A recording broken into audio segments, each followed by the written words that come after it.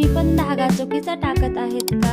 जर धागा चुकीचा टाकला तर शिलाई खराब होते। तर हा व्हिडिओ तुमच्यासाठी स्टेप बाय स्टेप धागा कसा टाकायचा। हाय फ्रेंड्स, मी प्रतिभा, तुमचं माझ्या यूट्यूब चॅनलवर परत एकदा मनापासून स्वागत आहे। तर आपण आज पाहणार आहोत शिलाई मशीनमध्ये धागा स्टेप बाय स्टेप कसा टाकायचा, ते मी तुम्हाला ह्या व्हिडिओमध्ये आज दाखवणार आहे। तर तुम्ही हा व्हिडिओ शेवटपर्यंत बघा, स्टेप बाय स्टेप धागा कसा टाकायचा। तर सगळ्यात पहिले आपण हा धागा स्टँडला लावून घेऊ। हा धागा स्टँडला लावल्यानंतर आपण तो ह्या गाईडमधून पहिल्या होलमध्ये, त्याच्यानंतर दुसऱ्या होलमध्ये अशा प्रकारे टाकून घेऊ। आता आपला धागा गाईडमधून टाकून झाला आहे। आता आपण टेन्शनमध्ये धागा टाकणार आहोत। टेन्शनमध्ये जर धागा व्यवस्थित टाकला नाही तर आपली शिलाई खराब होऊ शकते। त्याच्यामुळे टेन्शनमध्ये व्यवस्थित धागा टाकायचा, एकदम अशा प्रकारे माझ्यासारखं एकदम टाईट धागा टाकायचा। जर टेन्शनमधून चुकीचा धागा टाकला तर आपली शिलाई खराब येते। त्याच्यामुळे टेन्शनमध्ये एकदम परफेक्ट धागा टाकायचा। त्याच्यानंतर ह्या होलमध्ये धागा टाकायचा।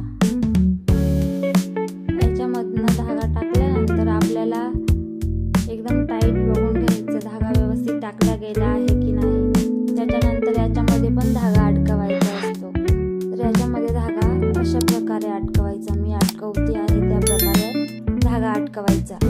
याच्यामध्ये आता धागा अटकून झाला आहे। आता आपल्याला नेडलमध्ये धागा टाकायचा असतो। नेडल म्हणजे सुईमध्ये धागा टाकायचा असतो। तर आपण सुईमध्ये अशा प्रकारे धागा टाकायचा, मागून पुढच्या साईडला अशा प्रकारे। आता आपण सुईमध्ये हा असा धागा टाकला आहे, हे बघू शकता तुम्ही मी कसा धागा टाकला आहे ते। तर सुईमधनं आपला धागा बाहेर आलेला आहे, तुम्ही बघू शकता। आता ही बॉबिन, जर तुम्हाला बॉबिन भरता येत नसेल तर माझा भाग 2 मध्ये मी बॉबिन कशी भरायची हे दाखवलं आहे। हा व्हिडिओ माझा करून झाला आहे, तर तो तुम्ही व्हिडिओ बघून बॉबिन भरू शकता। तर ही बॉबिन आता मी तुम्हाला ह्या केसमध्ये टाकून दाखवणार आहे। अशा प्रकारे बॉबिन केसमध्ये फिट केल्यानंतर ह्या गटमधनं होलमध्ये घेऊन आता बॉबिन चेक करायची असते। बॉबिन ह्या प्रकारे चेक करायची। जर बॉबिन खाली पडत नसेल किंवा हलत नसेल तर आपली बॉबिन एकदम परफेक्ट बसली आहे, हे बघा। तर आपली बॉबिन एकदम परफेक्ट बसली आहे। आता ही बॉबिन आपण सेटलमध्ये लावूया।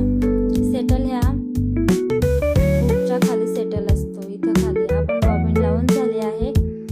आता काही मैत्रिणी अशा करतात की वरचाच दोरावरती असतो आणि शिलाई करतात, तर ती चुकीची पद्धत आहे। जर आपण खालचा पण दोरावरती घेऊन शिलाई केली तर आपले मशीन कधीच खराब होत नाही आणि शिलाई कधीच खराब येत नाही। तर कधी पण खालचा दोरा असा वरती घेऊन शिलाई करायची असते।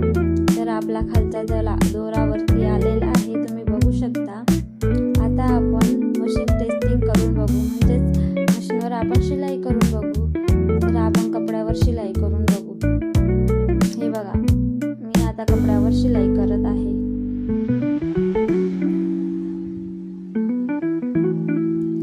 कपड्यावर शिलाई करत असताना दोरा कुठेही तुटत नाही आणि खालून वरून शिलाई एकदम व्यवस्थित येते। तर अशा प्रकारे तुम्ही दोरा टाकू शकता। अजून पण दोरा तुटला नाही आणि शिलाई खराब आली नाही। तर असेच नवीन व्हिडिओ बघण्यासाठी माझ्या चॅनलला सबस्क्राईब करा आणि कमेंट शेअर